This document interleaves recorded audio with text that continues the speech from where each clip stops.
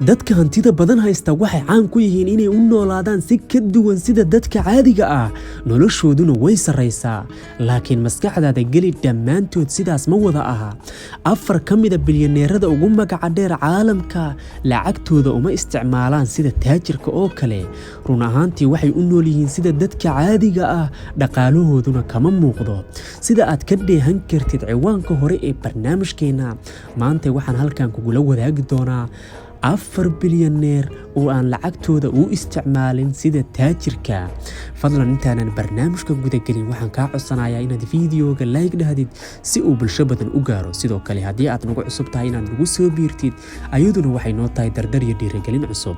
waayahay nambarka 1 Warren Buffett waa maalqabeen u dhashay dalka Mareykanka waxa uuna milkiile iyo maamulo ka yahay shirkadda Berkshire Hathaway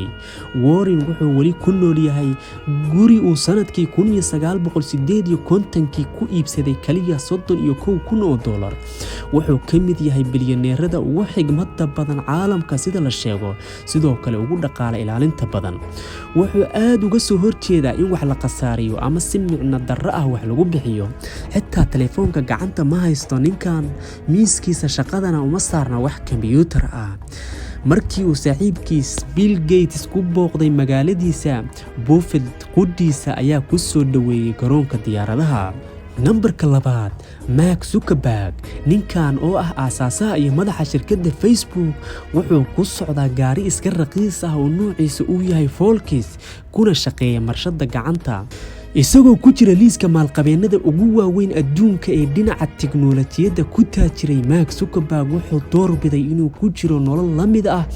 tan dadka caadiga ah wuxuu si farxad leh ula nool yahay xaaskiisa iyo labadiisa gabdhood milkiilaha Facebook wuxuu ku qanacsan yahay funaanada gacmo-gaabka ah iyo surweelka jeeniska ah oo aad mar walba ku aragtid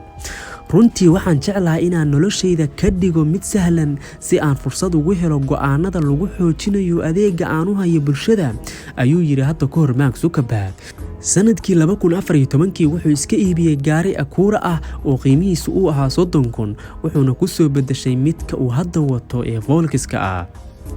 nambarka 4 Amancio Ortega maalqabeenka u dhashay dalka Spain waa aasaasaha shirkadda dharka samaysa ee Inditex waa nin aysan maskaxdiisa ku jirin fikrad tujaarnimo wuxuuna shaqaalihiisa kula dhacunteeyaa maqaayadaha shirkadiisa ku dhex yaala